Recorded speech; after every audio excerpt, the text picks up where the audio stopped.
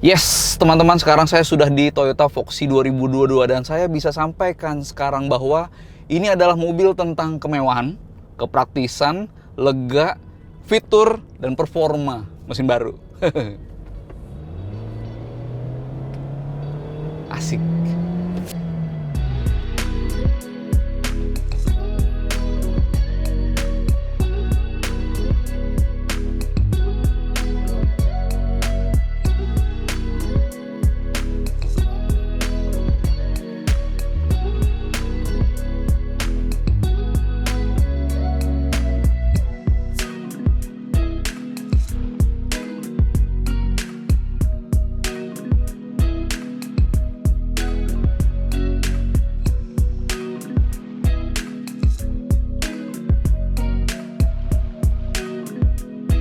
Dan kalau soal rasa berkendara, kayaknya saya mesti kembali ke jalan.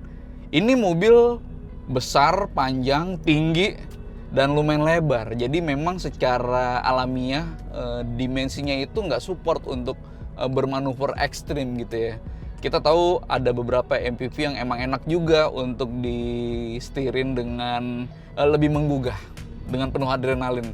Tapi kayaknya ini enggak, teman-teman. Ini memang lebih ke passenger oriented, termasuk kesigapannya itu lebih ke mobil keluarga gitu ya. Jadi yang pengen saya sampaikan adalah ini mobil nggak untuk bermanuver kencang. Sehingga saya bisa bilang kalau soal kenyamanan ini sebenarnya udah cukup paripurna, teman-teman. Bantingan suspensinya baik sendiri maupun lebih dari 5 orang gitu ya, itu dapat banget kenyamanannya. Dia bisa mengubah dentuman ketika roda itu menghajar lubang menjadi kayak ayunan aja ketika di kabin. Baik dari lubang di jalan atau dari speed trap atau polisi tidur, di kabin rasanya tetap nyaman.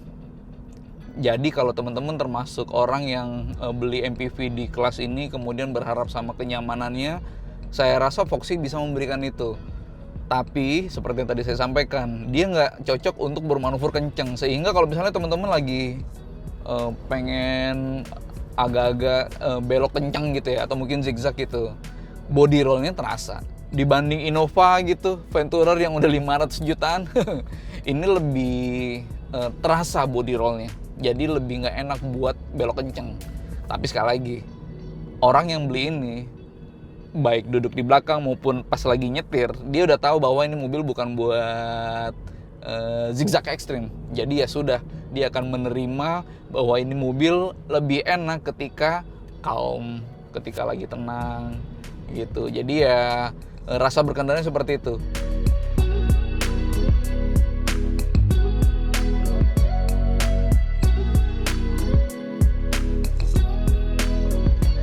Lalu soal performa, teman-teman, ini juga ngasih kemajuan yang signifikan. Ini mesinnya baru nih, sama-sama 2000 cc tapi unitnya sepenuhnya beda. Ini udah bukan pakai 3ZR lagi, melainkan pakai unit M20 FKS yang Dynamic Force. Nah, si teknologi itu baru tuh, hanya ini dan Camry yang baru pakai Dynamic Force. Nah, tenaganya naiknya lumayan, udah belasan persen dibanding yang sebelumnya. Kalau sebelumnya tuh di 150-an dk, sekarang udah di 170-an dk. Jadi potensi dia untuk melawan beban yang berat, misalnya lagi full atau mungkin pas lagi nanjak gitu ya, atau mungkin cruising secara enteng di kecepatan yang lumayan tinggi gitu kayak di tol Trans Jawa, lebih berdaya. Dan itu tercermin dari akselerasinya, teman-teman. Di 0 sampai 100 km per jam dia dapat 11-an detik. Kalau dulu itu di 12-an detik. Artinya ini mobil potensinya pun juga oke dalam soal kecekatan berakselerasi. Dia bener-bener oke. Mungkin secara handling dia biasa saja, tapi kalau berhadapan dengan beban lebih atau mungkin enak gitu ya untuk cruising, ini pilihan yang sangat tepat dengan mesin barunya. Tenaganya gede kan, dan torsinya teman-teman sekarang udah di 200-an Nm.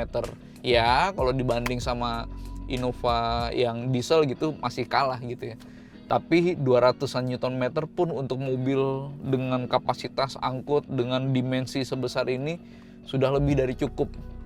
Dan tadi pun ketika saya agak-agak ngepol gitu ya, deket-deket red line pas lagi akselerasi kenceng, ya terasa memang bahwa ini mesinnya emang lebih powerful dan torqueful dibanding sebelumnya. Dan asiknya lagi teman-teman, ini transmisinya CVT. CVT secara alami unggul dalam soal transfer tenaga, lebih halus dibanding yang hydraulic gear gitu ya. Enaknya ini juga bisa diset ke manual mode. Jadi kalau misalnya pengen nyalip secara lebih sigap gitu ya, tinggal di geser ke rendah gitu, dia jadi lebih enak untuk berakselerasi gitu. Untuk engine brake pun juga enak dengan mode manual ini. Masih kayak gitu. Jadi impresi berkendaranya yang bisa saya sampaikan terkait Voxy 2022 ini adalah ini orientasinya untuk kenyamanan. Dia memang asik buat memberikan kenyamanan bagi seluruh penumpang, terutama mungkin yang di baris kedua nih, yang pemiliknya berpotensi besar untuk duduk di belakang. Kemudian soal mesinnya dia kencang. Oh iya, saya belum bilang soal irit. Jadi ini mobil lebih irit teman-teman. Sebelumnya di rute dalam kota dia dapat 11,1 dan itu sebenarnya udah lumayan irit lah buat mobil kelas ini. Tapi yang sekarang dia dapat 11,9 km per liter. Oke. Di rute tol dengan kecepatan tinggi yang konstan sebelumnya dapat 16,1 km per liter yang mesin lama. Yang sekarang 16,6 km per liter. Oke, itu mungkin terdengar tipis, tapi lumayan. Sekaligus menunjukkan bahwa ini mesin gak hanya kenceng, tapi irit. Apalagi yang dibutuhin buat mobil yang enak buat jalan jauh.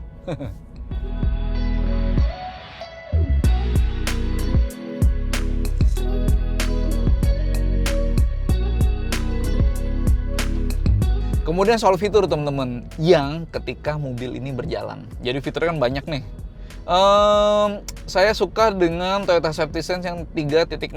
Artinya dia sudah lebih canggih, termasuk dengan semi otonomnya. Dia bisa setirnya mengcounter sendiri, bisa belok sendiri, kemudian dia bisa ngerem sendiri, dan dia juga bisa ngegas sendiri karena ada cruise control yang adaptif gitu ya, radar. Jadi ketika dia melintas di jalan yang markanya jelas, kemudian dia membaca bahwa mobil akan melenceng, dia bisa membelok sendiri setirnya. Kayak misalnya begini. Oke. Terus ketika mau lurus, dilurusin. Tapi memang pergerakan setir itu hanya inisiatif teman-teman. Dia nggak bisa sepanjang waktu dilepas tangan gitu kemudian setir akan membelok sendiri, nggak. Sistem akan memberikan warning baik audio maupun visual, ada peringatan gitu ya di MID yang menghimbau agar pengemudi itu segera memegang setir. Jadi ya keamanannya ditekankan dengan peringatan seperti itu supaya pengemudi nggak lepas tangan. Dan buat saya sistemnya benar ini sudah TSS yang canggih gitu ya. Cuma saya masih deg-degan sih ketika sistem ini bekerja. Kenapa? Karena dia butuh bener-bener deket sama ngelintas marka dulu baru setir mengcounter. Jadi ya kalau misalnya di luar marka itu ada separator misalnya, ya tipis-tipis kan, itu bikin deg-degan tuh. Atau mungkin itu hanya masalah adaptasi. Kalau saya masih belum terbiasa gitu. Nah, nggak hanya soal kemampuan setir bisa mengcounter sendiri, tapi dia juga bisa adaptive cruise control. Tinggal diaktifin dengan tombol yang di sini. Dia tinggal di set di angka berapa, maka dia bisa menyesuaikan kecepatannya, nggak hanya berakselerasi tapi juga berdeselerasi, ngerem gitu. Jadi ya itu sih udah memberikan kenyamanan yang sangat baik ketika perjalanan sangat jauh di jalan yang sangat lurus. Iya nggak Bang Rian? Yoi Mas Boy.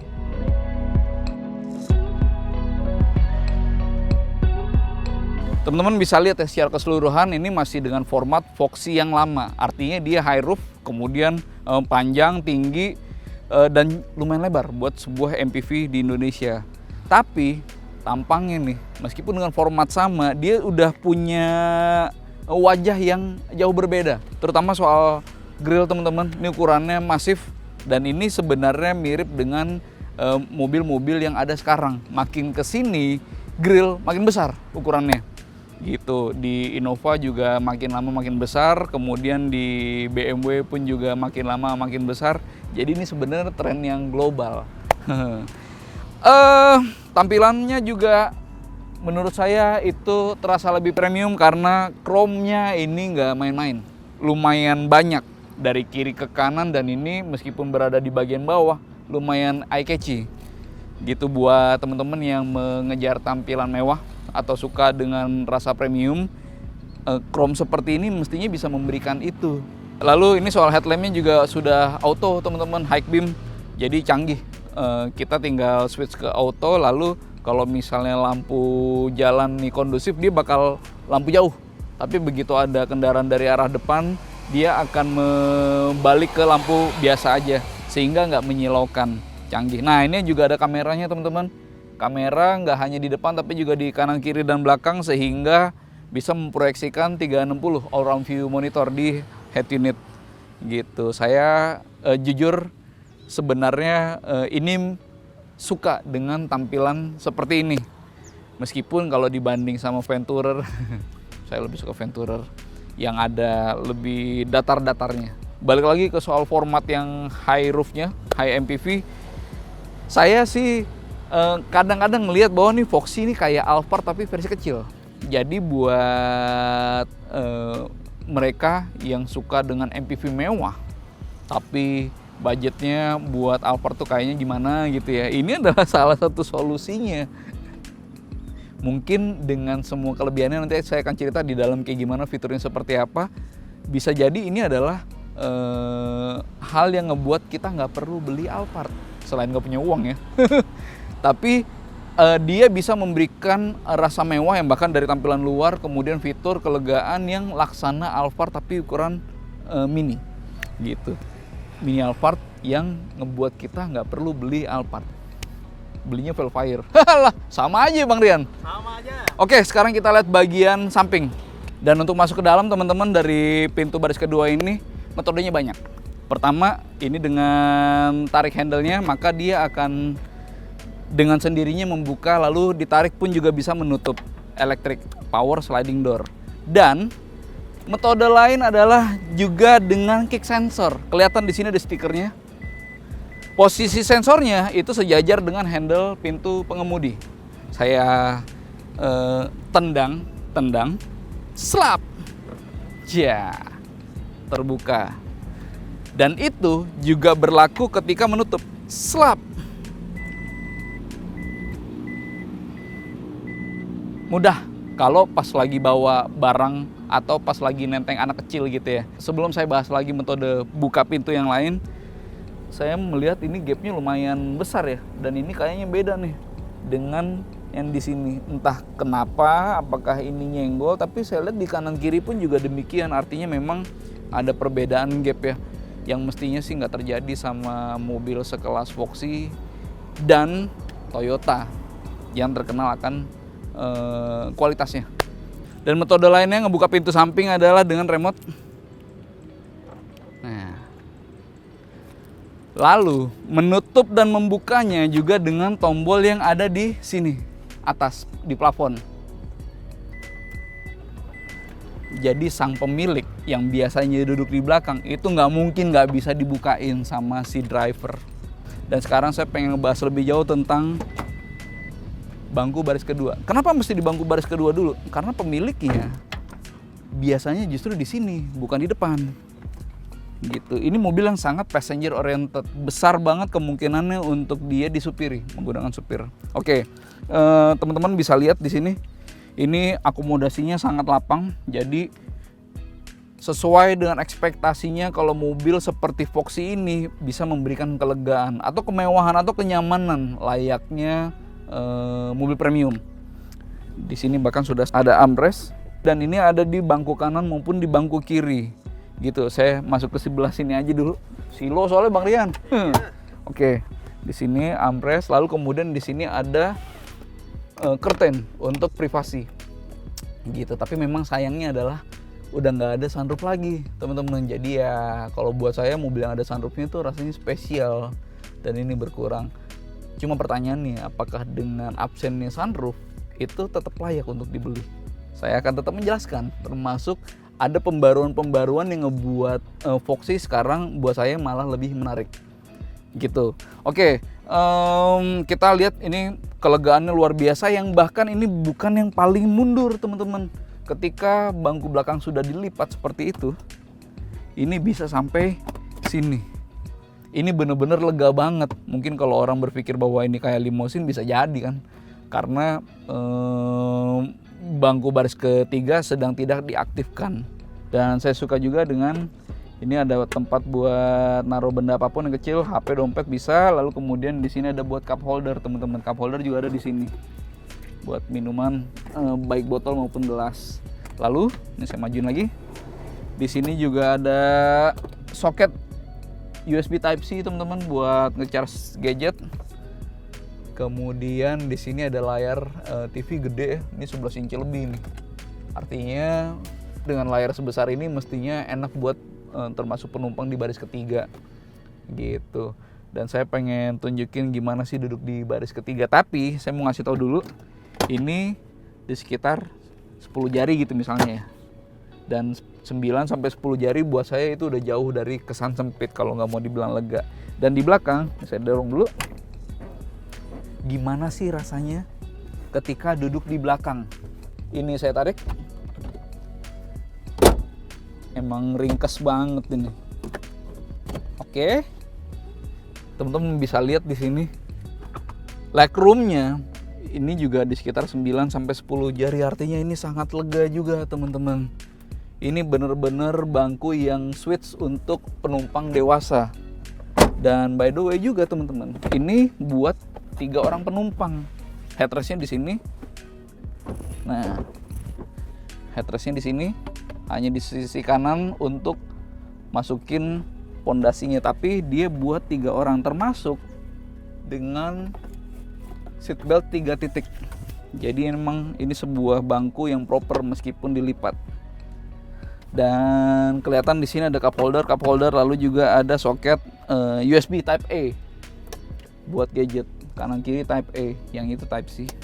Tapi jadi secara keseluruhan soal akomodasi ini nggak hanya mewah tapi juga sangat lega dan praktis.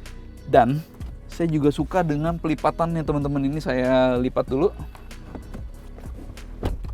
Bang Rian, ini kelihatannya dari belakang nih Bang Rian. Oke, saya pindah ke belakang ya. Oke.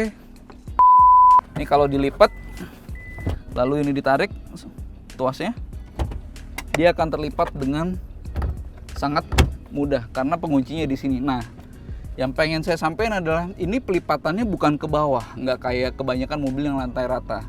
Ini seperti Innova maupun Fortuner, tapi ini posisinya masuk ke dalam nih. Jadi dia memberikan ruang yang lebih lega karena posisinya dia nggak makan tempat. Kelihatan kalau dari frontal belakang. Jadi ya ini adalah skema pelipatan yang sangat suportif untuk memberikan ruang yang lebih lega. Sekarang saya lipat di sini. Benar-benar semudah itu. Dan di bawah sini ada tempat untuk menyimpan barang yang menurut saya ukurannya sangat lega. Luar biasa. Jadi soal akomodasi, Voxy adalah mobil yang sangat bisa diandalkan. Gitu. Lalu ini soal penutup pintunya bisa. Ini nggak ada tombol nih di sini nih teman-teman. Jadi ditarik aja, maka dia secara elektris akan menutup. Nah, untuk ngebukanya dengan elektris itu bukan di sini, melainkan di samping. Ini buat bukanya, pencetnya ada 2 tombol. Ini buka. Asik ya? Asik ya Bang ya? Asik. Dan untuk menutupnya juga dengan tombol di sini. Ini ada 2 nih. Yang ini buat buka, yang ini buat nutup. Bagaimana kalau misalnya ada anak kecil di sini? Nah, dia nggak akan meneruskan motornya, jadi ketahan supaya aman buat keselamatan. Gitu. Saya lanjutkan, pencet lagi menutup.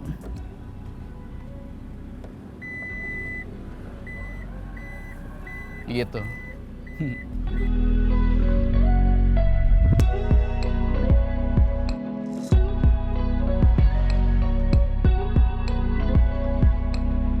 Dan sekarang saya di bangku pengemudi teman-teman. Yang saya pengen tunjukin di awal adalah soal kepraktisannya. Dia masih punya banyak banget tempat penyimpanan. Ini door trimnya, ini modelnya leveling nih, ada bawah, ada atas. Ini ada bisa buat naruh botol minuman gitu misalnya, lalu di sini juga bisa buat naruh HP atau dompet, dan di sini pun juga demikian, kompartemen terbuka. Lalu di sini ada bisa buat naruh botol juga, cup holder maksudnya. Dan ini adalah tipikal MPV sejati, yaitu kepraktisan dan lega tentunya. Cuma memang semuanya ini mekanis teman-teman, termasuk setir yang sudah tilt teleskopik dan bangku bisa naik turun maju mundur gitu ya, reclining tentu, sliding. Ini nggak ada yang elektris, ini semua manual, dan saya nggak ada masalah karena kan kita nyetel setir maupun bangku kan hanya sebelum jalan ya. Lalu di sini juga ada tempat buat naruh kartu teman-teman, e-tol gitu misalnya atau flash. Di bagian samping Bang Rian, sebelah kiri Bang Rian. Oke. Kalau dari sebelah kiri kelihatan nih, jadi ini ada tempat rahasia. Ini kalau di sebelah sini doang. HP gue mana ya nih? Nggak tahu Mas. Oh ini dia. Ini bisa buat naruh HP karena penampangnya tinggi, tapi ketika penampangnya dicopot, ini tempat penyimpanan lebih dalam, dan di sini ada USB Type C buat ngisi gadget, ngisi daya gadget. Jadi ini bener-bener jempol kalau soal kepraktisannya. Dan nih ada cup holder juga nih. Tuh. Sekali tarik satu cup holder, tarik lagi 2 cup holder. Cakep banget. Soal kepraktisannya ini jempolan. Ini ada glove box. Lalu di sini teman-teman juga ada tempat penyimpanan. Lumayan loh buat naruh dokumen gitu, jadi sangat praktis. Dan di sini ada kompartemen terbuka yang air mineral 600 ml aman. Lalu di sini konsol tengah, kalau dibuka ke samping dia ada wireless charging. Lalu kalau diangkat ada konsol box buat naruh banyak hal. Jadi soal tempat penyimpanan ini mobil memang luar biasa nih.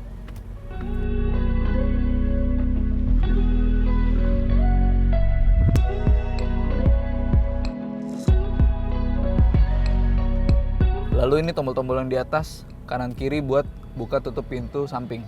Kemudian yang ini buat pintu belakang. Kebuka sekarang. Dan untuk menutupnya pun juga bisa dari sini.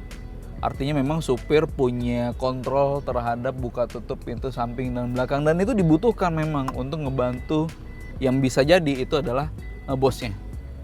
Gitu. Lalu di sini head unitnya sudah dengan Apple CarPlay dan Android Auto. Saya suka dengan Apple CarPlay. Lebih nyaman dan jelas lebih aman. Karena untuk teleponi, untuk navigasi maupun untuk musik, Spotify itu diproyeksikan di head unit. Lalu ini pengaturan AC-nya, ini bisa untuk diatur kanan kiri, artinya dual zone. Tapi nggak hanya dual zone ternyata, juga bisa mengatur zona belakang di sini. Artinya ini triple zone, gitu. Oke lah, oke banget malah. Cuma sayangnya memang ini head unit sudah dengan kamera parkir, dan kamera parkirnya pun juga nggak hanya frontal belakang, tapi juga bisa ngeliat ke depan, samping, belakang menyeluruh. Jadi 360 all round view monitor. Cuma sayangnya kamera 360 itu aktivasinya dengan ini teman-teman, sen. Jadi sen ke kiri nunjukin gambar di frontal kiri dan 360, lalu sen ke kanan nunjukin gambar di frontal kanan sama 360.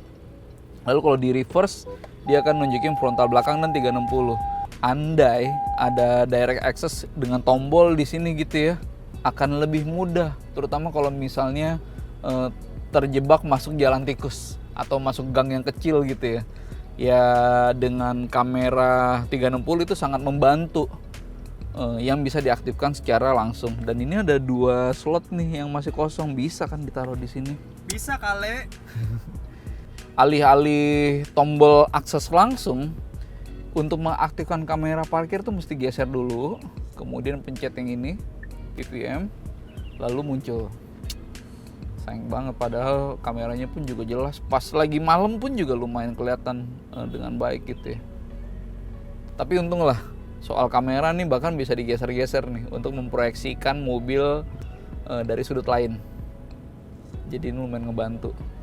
Gitu. Dan yang sayang juga adalah Ini nggak ada ambient light teman-teman. Kan kalau udah nggak ada sunroof, mungkin bisa lah ya diberikan kemewahan yang lain. Dan salah satunya yang efektif dengan ambient light gitu. Dan ini nggak ada nih di atap nih. Padahal kalau Innova Venturer ada kan tuh, keren kan tuh.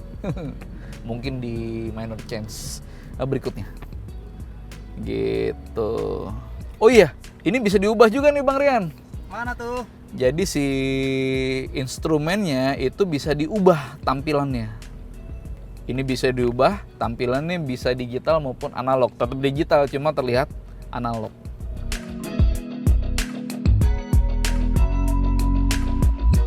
Lalu fitur lainnya teman-teman, tadi saya udah praktekin ada lane tracing assist.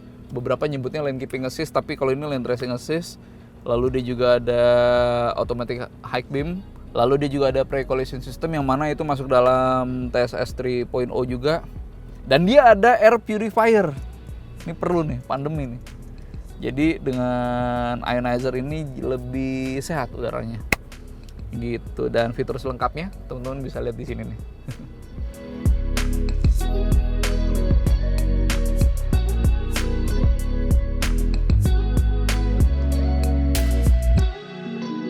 Jadi gitu teman-teman, ulasan tentang Voxy 2022. Yang bisa saya sampaikan adalah ini mobil sekarang rasa mewahnya dapat yang diiringi dengan kelegaan kabin, kemudian kepraktisannya luar biasa, lalu fiturnya ada yang berkurang tapi banyak yang bertambah, dan soal performa yang dengan mesin barunya dia jadi lebih capable, akselerasi maupun efisiensi lebih baik dari yang sebelumnya.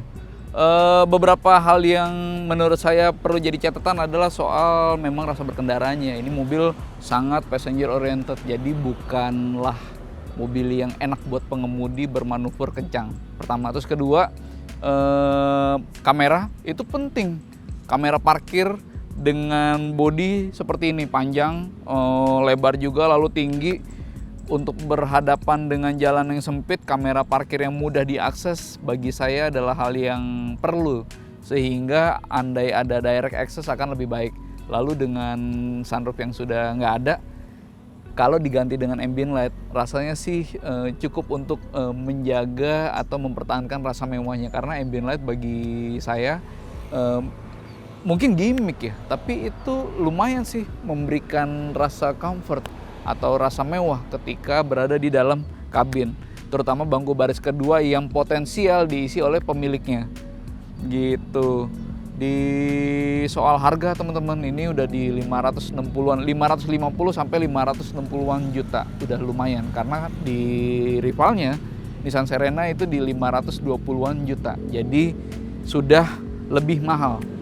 Cuma pertanyaannya, apakah dengan harga yang lebih mahal dia tetap worth untuk dibeli? Bagi saya nih, salah satu yang unggul dari Voxy adalah soal mesinnya teman-teman. Saya ngerasa Serena itu kenceng ya, cuma kurang irit.